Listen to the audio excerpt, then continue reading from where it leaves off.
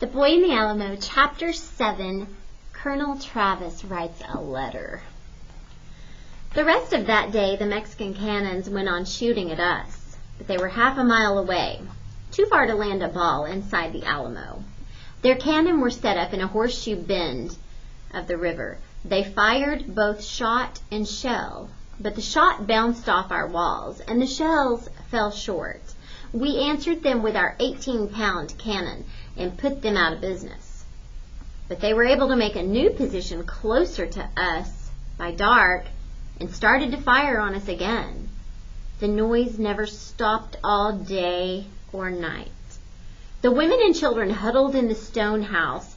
Angelina, Mrs. Dickinson's baby, cried without stopping all afternoon. Colonel Crockett ordered me to go there about 4 o'clock and see if I could help them. "I'm afraid Angie will be sick," Mrs. Dickinson worried. The little baby was red in the face, and she had cried so long she was hoarse, whimpering like a little cat, simile. She was only a little more than a year old. "What can we do to stop her?" I asked. "I will dance," Lupe said. "Give me your hat." I was wearing that old coon cap of Colonel Crockett's with a ratty tail. I took it off and gave it to Lupe. Lupe put it down on the dirt floor.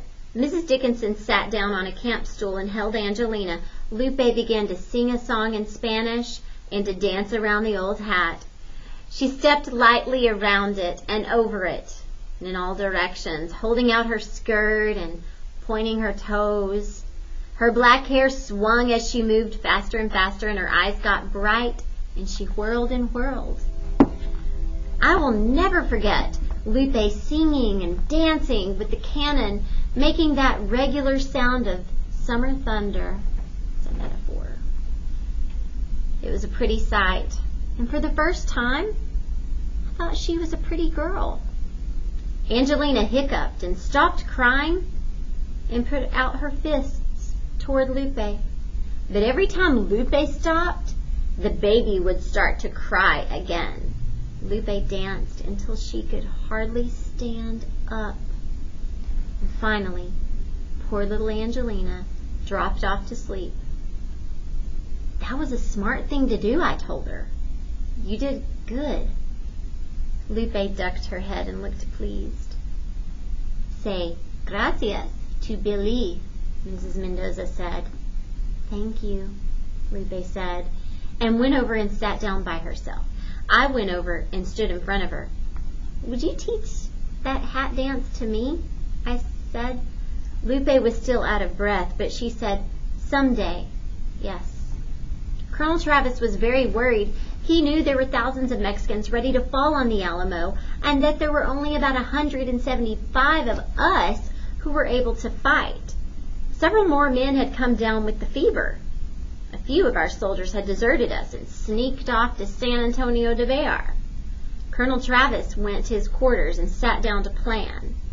His light burned all night long, and it was that night he wrote the letter. The next morning he reviewed the troops and read the letter. I remember the letter very well, for I was put to copy it that morning. I wrote in a fair hand, and I could be spared to make the copy. Here's what Colonel Travis wrote. Commandancy of the Alamo, February 24th, 1836. To the people of Texas and all Americans in the world. Fellow citizens and compatriots, I am besieged by 1,000 or more of the Mexicans under Santa Anna. I have sustained a continual bombardment and cannonade for 24 hours and have not lost a man. The enemy has demanded a surrender at discretion. Otherwise, the garrison are to be put to the sword if the fort is taken. I have answered the demand with a cannon shot, and our flag still waves proudly from the wall. I shall never surrender or retreat.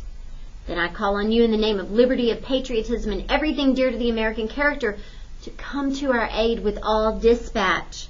The enemy is receiving reinforcements daily, and will no doubt double to 3,000 or 4,000 in 4 or 5 days.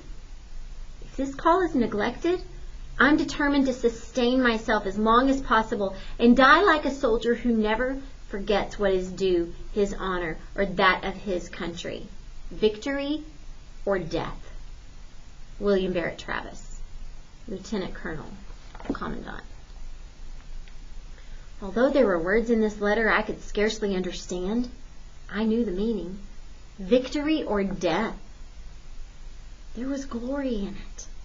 The letter seemed to be written on my own mind in letters of fire. Colonel Travis chose a messenger who set off after dark to make his way through the lines and get the letter to General Houston at Washington on the Brazos. We watched and waited, but the help never came. From our lookouts, we could see the reinforcements of the Mexican army pouring into Bayard. A regiment of cavalry and 3 battalions of foot soldiers came that day. In the afternoon, the first Mexicans crossed to the east side of the river and began to draw near to us on the south side, in front of Colonel Crockett's position. They advanced under the cover of some low buildings until they reached an open space not more than 100 yards from our walls. The Tennessee volunteers opened fire on them and mowed them down. So they retreated at once without being able to mount a gun. I had no gun, and they would not give me one. This made me mad, for I had shot a rifle since I was a child and killed many a squirrel. I feared that if I complained, they would pack me off with the women and children again, so I said nothing. I helped with the loading, squatted at the bottom of the earthworks. The rifles were all single shot and had to be loaded from the muzzle. A percussion cap placed in the vent of the breech struck against the hammer and made the gun go off. The guns were handed down to me smoking hot, and I blistered my hands, and my face was black with powder. I could not see what was happening and had to figure out from the grunts of the volunteers what was going on.